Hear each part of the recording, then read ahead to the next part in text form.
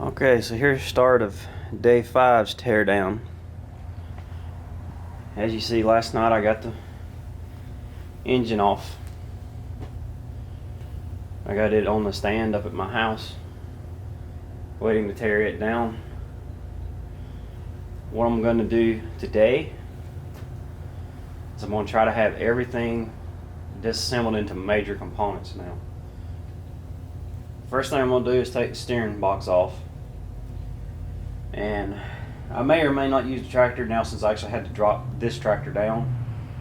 Since it's kind of, waist level, I might just pick it up and set it off.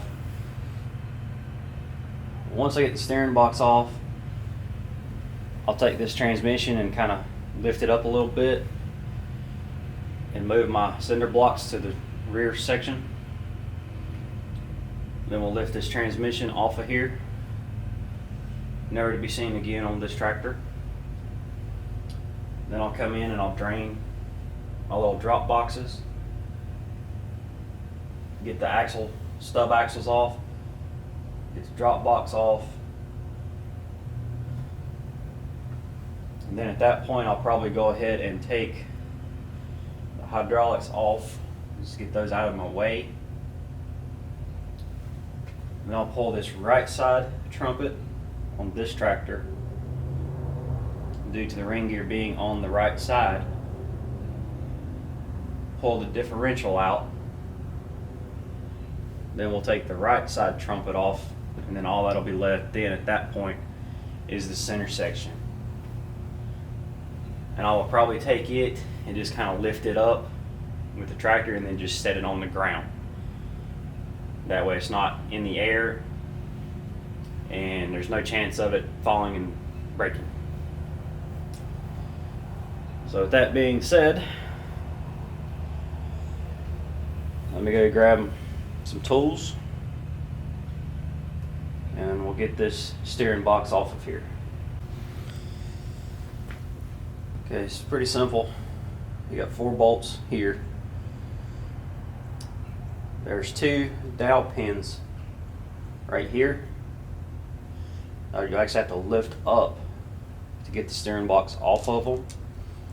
And that's just for alignment. Okay, I tried lifting it off. The studs are kind of rusted on it, so I can't lift it or rock it or anything. And I can't get underneath it anywhere to pry it up, so I'm gonna grab the tractor and see if I can just ease it up. Because all I want to do is lift this. I don't want to lift the whole thing. So I gotta be careful that it doesn't do that.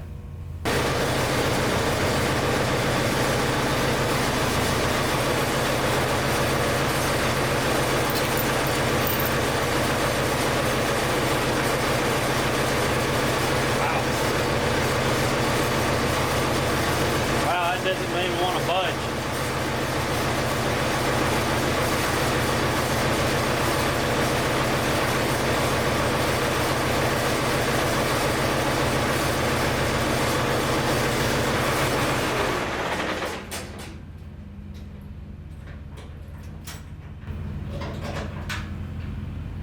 Wow. Out of all the steering boxes I've taken off, which I've taken them off on all 3 of our tractors, I have never had one welded like that. Usually I could just pick them up and grab them. I figured this would get it. I know it's kind of pulling at an angle, but wow.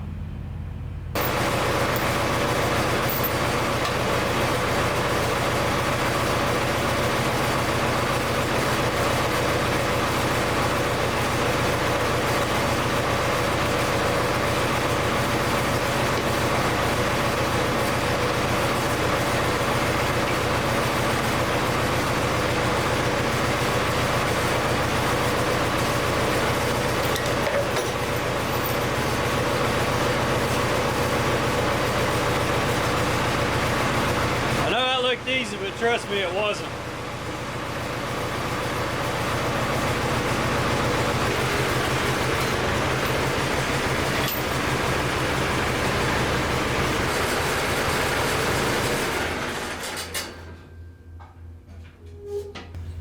Well, like I say, that looked easy, but trust me, it was not easy.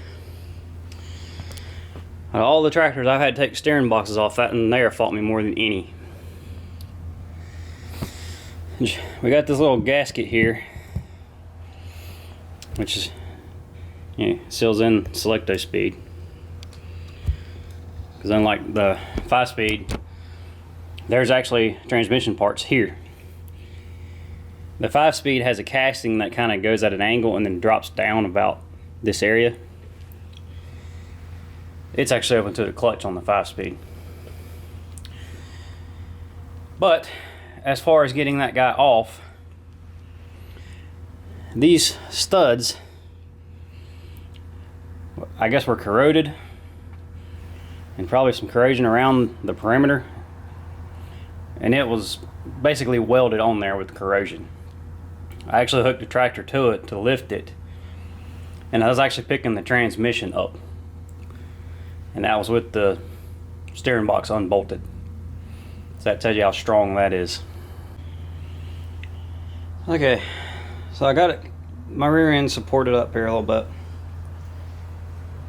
It's not ideal due to my floor. I have to wedge a block in here to get my cinder block straight. I still have a slight triangulation here, but not much. And that's just due to the simple fact that you have your hydraulics running right here and the brake shaft here. I could move this forward some, but that's going to require me to take out the hydraulic drain plug. Since I'm standing over here, I'm going to go ahead and just take this cover off. And then I'll go to the back and do the PTO. I swear it's the craziest thing. The bolts on this tractor that should be tight are loose, and the ones that don't have to be overly tight are Herculean tight. Just blows my mind. When I put it back together, I will try to find torque specs for as many bolts as I can find, and properly torque everything. This Selecto Speed cover has a wire going through it. Somebody spliced a spade connector onto this one. Yeah, it looks like it goes up in here to a pressure sensor with a push-on style connection, kind of like what we had up on our solenoids. So I'm gonna see if I can unhook it, and yep, it just slid right off. So, as I said, this is a Selecto Speed specific cover. Regular gear tractors with PTO, that's where your PTO shifter is. And for the time being, I'm just going to stick these nuts back onto here. Oh, and one other thing, now that I see it down here, reminded me of it. If you remember, our running board bolted to this cover as well. All these studs are short except for one, the one that the running board bolts to. So that is correct, don't freak out. Just remember it goes in the about the 8 o'clock position. I'm gonna go back there and get the PTO off. I'll set this over here in the parts pile. Okay, there's PTO shaft. Once again, this is Selecto Speed specific.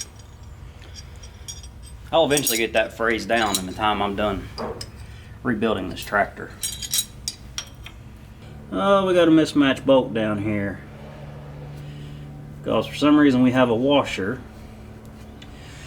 So, looks like I'll be changing these bolts.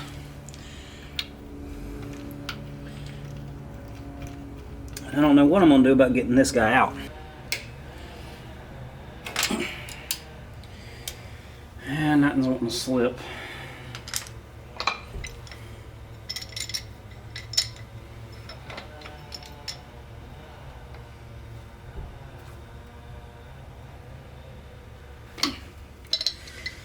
Okay, pipe wrench got it. Okay, so now that the rear end and the hydraulics are drained, you can remove this PTO shaft.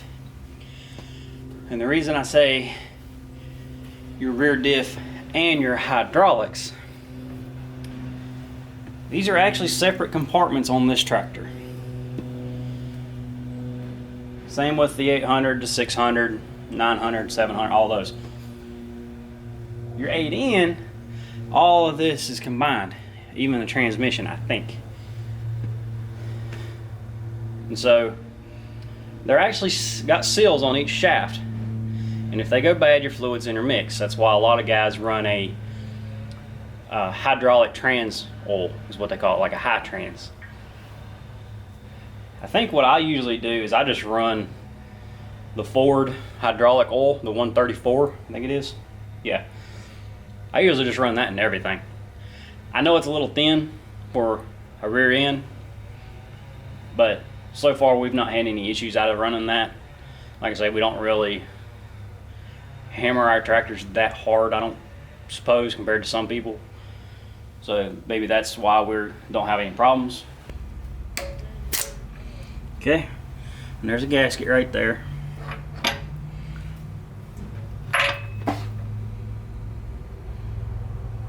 I have no idea what that noise right there just was.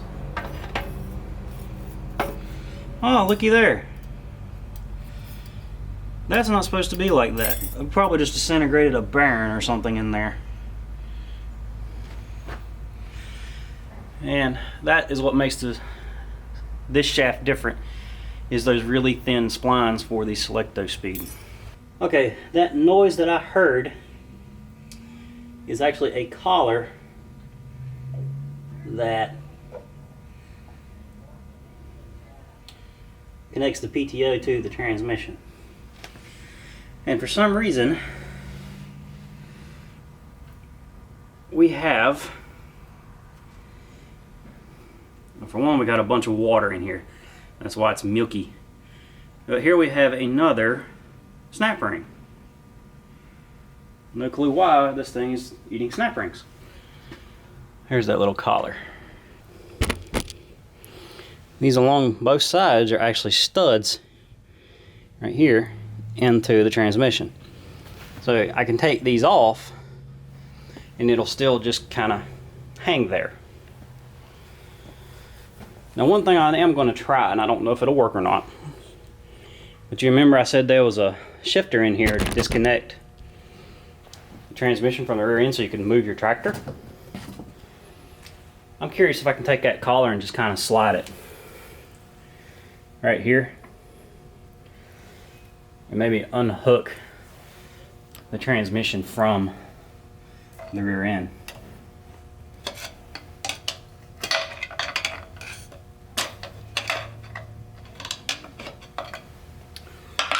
And it looks like I did. With that being the case, I get these nuts off, get the chain hooked up, and say goodbye to the selecto speed. And there is a chance that once I remove all these bolts that it may move a little, which would be nice because then it might actually put some weight on this. But I'm not expecting it to fall off or anything of that nature. There's 2 bolts on top and 2 bolts on the bottom, and they are actual bolts. And it looks like the upper bolts are longer than the lower ones. Okay, so I had to stop a second. When I started taking that bolt loose, it just started pissing oil like crazy, which I'm not sure why. Unless the selecto speed seals are leaking or something, but you'd think that I would have oil all the way back. That might just be some residual hydraulic oil. Well, let's crack this bolt back open. And see how much oil drains out.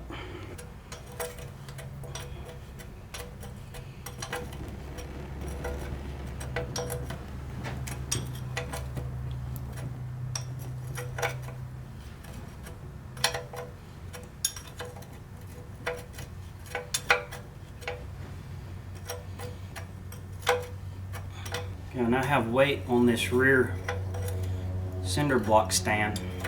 And what I'm planning on the chains is the one go right here where our running boards were, and then I'll come up here somewhere and either go through the front with a nut and a bolt, or possibly one of these two, or three rather, but since these are larger bolts, it'll probably be a bolt through here with a nut on it. All bolts out, chains, little taut.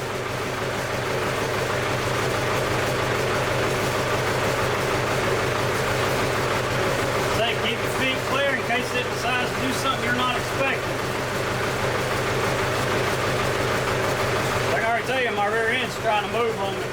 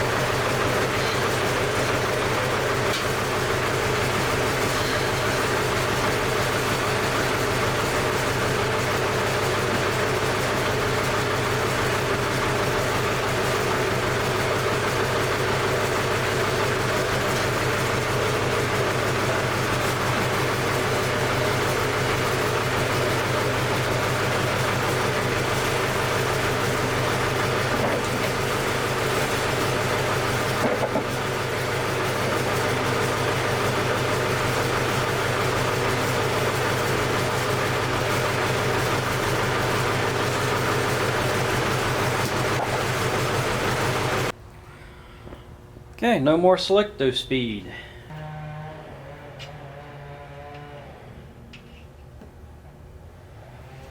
And that oil is pretty nasty. It's full of water. Who knows when or if it's ever been changed. That box, drop box over there, hardly any fluid has come out of that thing. Which it's been leaking. And the reason I know that's because I can see the oil everywhere. But I bet you there was maybe a quarter of a quart, if that came out of there. And there should be more than that in there. Considering that there's the fill plug. And that's about 2 inches above the bottom, so that should hold more than a quarter of a quart. Oh, and just for funnies, this was in between the transmission and the rear end. I almost think it's one of the guys' can of dip tops, but what it's doing in there, I have no clue. Something like that could block off the hydraulics, make the hydraulics not work. Yeah, kind of like what they was doing with me.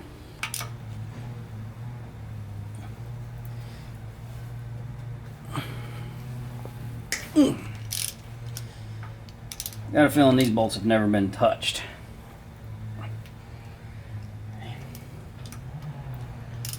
The thing that sucks about that is, I'm sure you saw that whenever I pulled this, the whole tractor moved. And so that makes it a little scary. Of course, I say it's the whole tractor, but it's the rear end of the tractor now.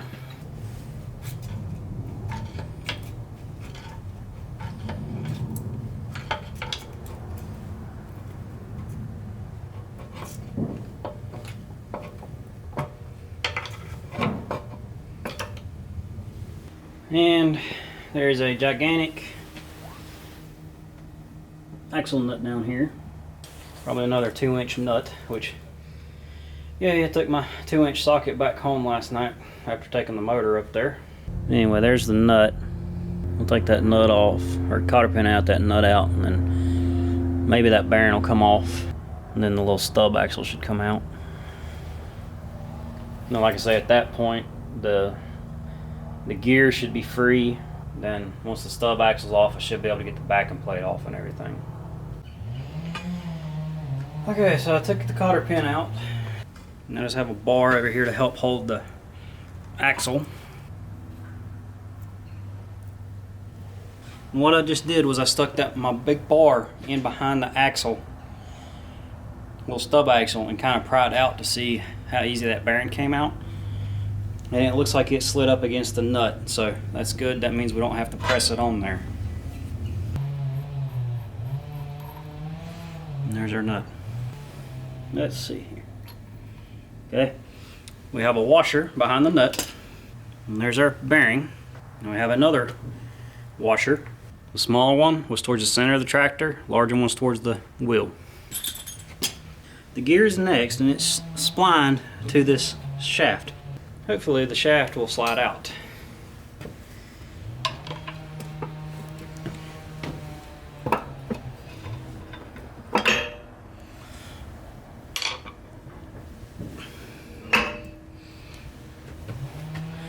And it does. And that's how big the little stub shaft is. It's pretty beefy. Just taking them 8 bolts off. Okay, so now backing plate should come loose. Okay, see, my brake rod just fell. It's just kind of hidden, but it's out.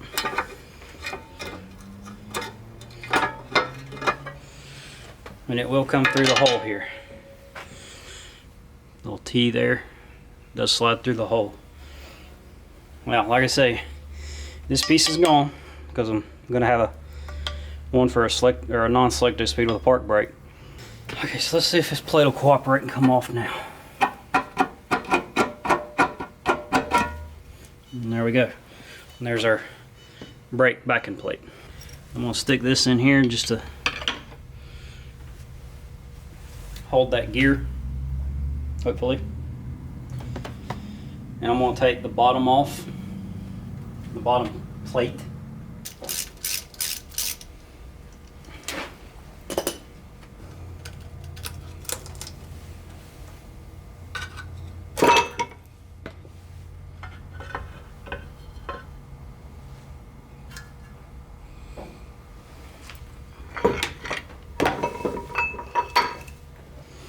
There's our big drive gear. We have the bearing. This big giant spacer was up against the gear, and then it was the bearing. So my next thing I want to do, I'm going to take this plate off.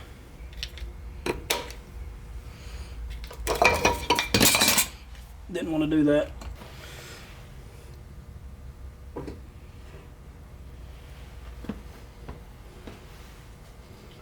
And once you slide this gear or this axle so far, it'll fall out of the differential.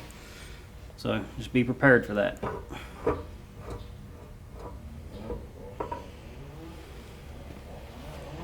Which kind of feels like I'm out of it now. And there's 2 bearings on either side of the gear here. And right here's where your inner axle seal will be. If you have oil leaking onto your drums and you don't have the drop box, that's your most likely culprit. And there's the big old beefy axle. So last thing to get this drop box off of here, since I'm not going to worry with this just yet, I have 2, 4, 6, 8, 2, 4, 6, 8 bolts here on the axle trumpet. Take them off. Well, technically they're nuts, so there's probably studs in here. Take those off, and then this drop box will come off. And then I'll go to the other side and do that over there. Probably won't film it since, you know, it's the same as this. The only difference is your brake shaft will have the added weight of your right brake pedal. But otherwise it should be identical to what I've done over here. Okay, there's the last one.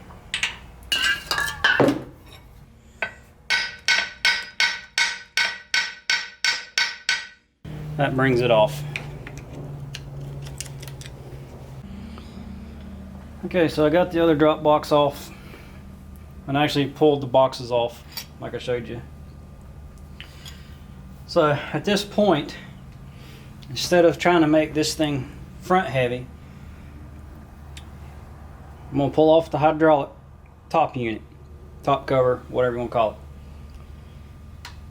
Now to get it off, you got all these perimeter bolts.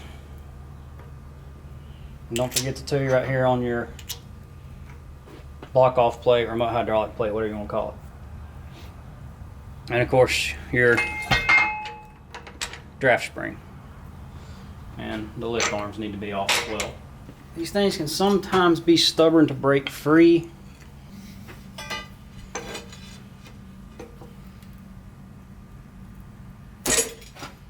Okay, now that's broke free. Like I said, you can manhandle it if you want, but I'm going to use a tractor. Now on the bolts, when you take this apart, you don't have to take this plate off. And you'll see 3 bolts here, but there's also one underneath the plate. These 4 bolts are what hold the cylinder in, so do not take those off. Because if you do, you'll drop the cylinder down in there.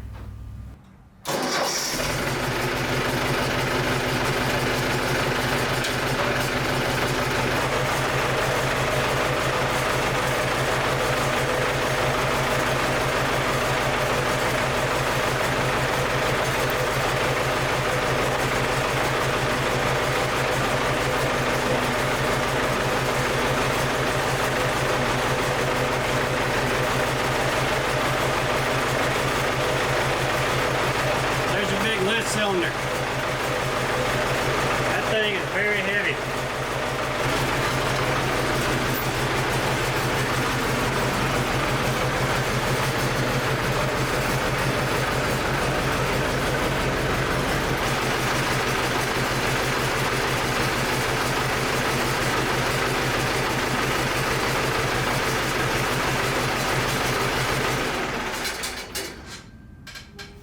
And I'm going to eventually get something to set that on so it's not laying in the dirt. But we are now down to basically the last 4 pieces of the tractor. And the 4 that I'm talking about are your left trumpet, your right trumpet, your center section, and your ring gear and differential. And the reason I am including that, versus the pinion gear isn't going to go anywhere. It's bolted down inside of here. The ring gear, on the other hand, is held in by the 2 trumpets. There's a taper bearing on either side. So when you take one of them off, the ring gear is coming out. Now, like I have said on this tractor, since our axles turn in reverse to compensate for the drop box gear, the differential ring gear is over here. So what I want to do is I want to take this trumpet off first, and then that will drop the ring gear out. And the reason I want to do that is the ring gear will still drop straight down into our center section. Since that drops down into the center section, it'll help me to take this trumpet off and get the weight out of this side. So then all the weight will then be on cinder block here, and jack stand here. And then at that point, we will unbolt this trumpet here, pull him off, and be left with just our center section. Okay, so you're gonna loosen all the bolts around your trumpet.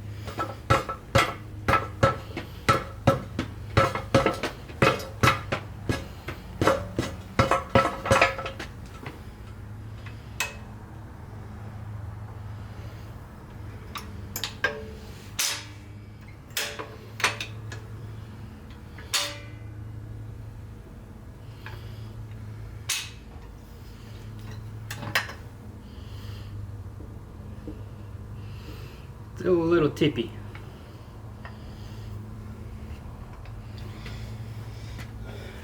And I can tell you, as soon as this weight of this trumpet's gone, it's going to lay that way.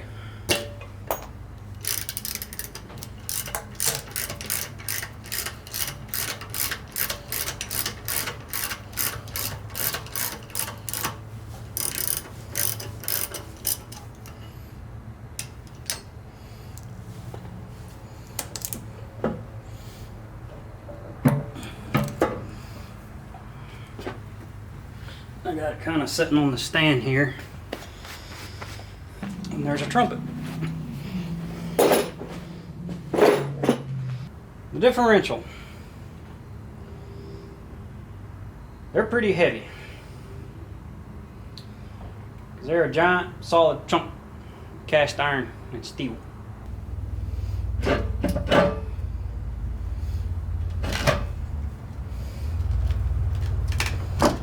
You can see how big this thing is. Not a lightweight. So now we're down to two main parts. The center and the left trumpet.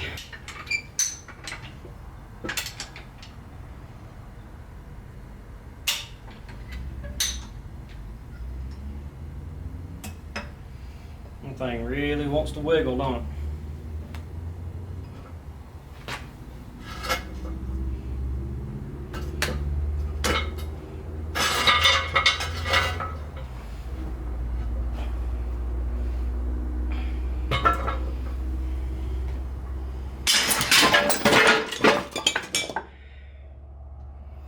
That's what you don't want to do. Okay, so that was rather exciting. I kind of had a feeling it was going to do that. It wasn't happy the way it was setting, and I think maybe my jack pushing up on this may have upset it. That, or this little guy just kind of teetering. But from what I can tell, it didn't hurt anything. It kind of looks like this area right here kind of caught the cinder block, and I think that slowed it down quite a bit, and it just kind of rolled. So it's all gone. What was it, about 5 days of disassembly? Now about 2 years worth of reassembly. I want to make this video kind of as a PSA at the end of the teardown video to explain what happened. When I went back and looked at the video, I saw why the center section and that trumpet fell off the stands. It's my fault for not fully understanding the manual, since this is the first time I've used one of these jacks. However, to me, this is a design flaw in the jack, and I think they need to figure out some kind of way to fix it. This particular jack, whenever I got it, had a yellow piece of paper with it that said, I'm going to probably butcher this, but it must require 150 pounds for jack to lower properly. So my thought was, okay, for the jack to work, it needs 150 pounds, you know, or else it won't lower at all. However, it needs the 150 pounds to not fall completely down. And I want to use the 861 to show you what I mean by that. Just there's a simple reason the 4000's in a million pieces right now.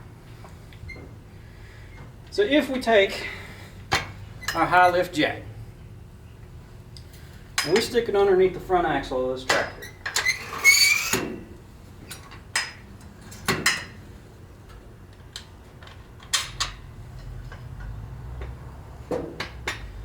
we go to lift this tractor.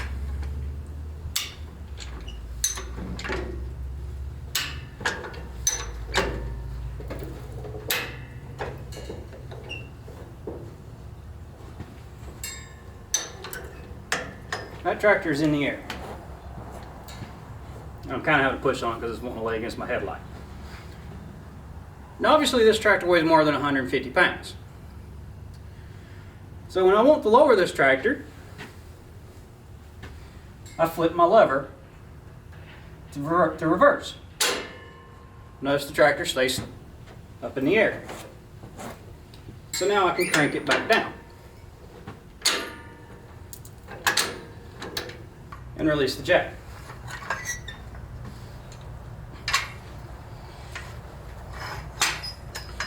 So that's how the jack's supposed to work. However, if you have the jack up in the air, locked into place, and you do not have 150 pounds on it, and you release the jack, it falls. That's what happened. That trumpet in that center section was not 150 pounds. So the jack basically fell, and just the inertia of it falling and pulling that trumpet pulled the center section off of the stands with it. So if you use this type of jack on your tractor, be sure you have at least 150 pounds on it. Now, like I said in the video, luckily it didn't screw anything up, just scratched a little bit of paint, which is getting ready to get blasted off anyway, so it don't matter. But be careful with this jack. It's a great tool, but be careful with it.